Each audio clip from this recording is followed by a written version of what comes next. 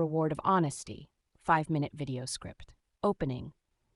Background: a peaceful village morning, birds chirping, a young boy walking with his father to the market. Narrator: this is the story of Ahmed, an honest and truthful boy. But one day, he faced a situation that tested his honesty in a way he never expected. Part 1.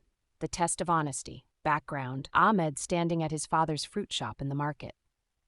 Narrator: Ahmed's father was a fruit seller. One day he left Ahmed in charge of the shop while he went to run an errand. Suddenly, a wealthy man approached and said, "Son, give me 1 kilogram of apples." Ahmed quickly weighed the apples and handed them over, but by mistake he only gave 900 grams instead of a full kilogram. The man paid and started to walk away. Ahmed then realized the mistake. A thought crossed his mind: if I stay quiet, no one will notice. For a moment, Ahmed was tempted.